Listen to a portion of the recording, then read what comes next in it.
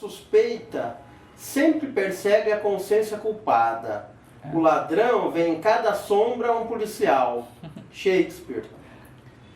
De quem é a culpa do sentimento de culpa?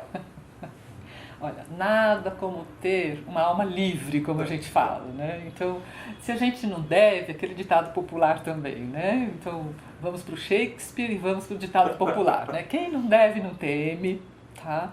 Essa é uma máxima verdadeira, mas às vezes a culpa ela pode ser um sentimento que pesa muito, tá? E esses dias ainda eu ouvi, né, que a culpa ela tem uma energia por si mesma, que a culpa ela retroalimenta o culpado. Tá. Então, o sentimento de culpa, às vezes, pode ocorrer em pessoas que não necessariamente foram responsáveis por determinadas coisas, mas a pessoa tem essa percepção de que foi ela que causou, de que as coisas aconteceram por alguma ação ou até pela não ação dela.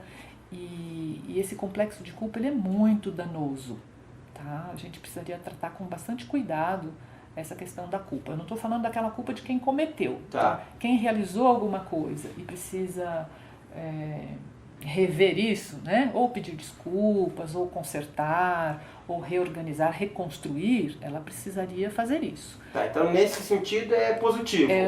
Responsabilizar-se pelos seus atos. Tá. Tá? Então, a pessoa tem que se haver com isso.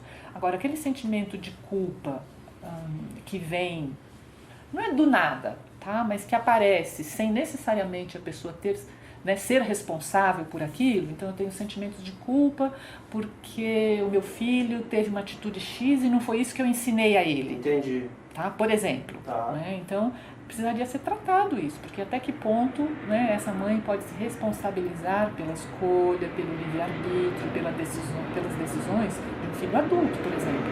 Tá? Então, é preciso livrar da culpa, muitas vezes, este que se sente culpado. E a sociedade, ela contribui para qual tipo de atitude? Para que as pessoas se sintam mais culpadas ou comece a tirar o corpo fora das Tem atitudes? as duas coisas. Isso que você diz é muito interessante.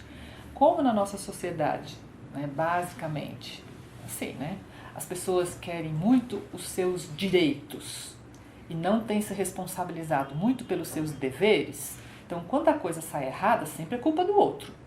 Tá? Se a gente pensar, né, na história bíblica, lá no Jardim do Éden, quando Deus perguntou, né, para Adão, cadê a sua mulher, o que aconteceu? Ele pôs culpa nela, pôs culpa em Deus, olha Senhor, foi o Senhor que me deu essa mulher. Então essa coisa de jogar a culpa no outro, isso é muito humano, digamos assim.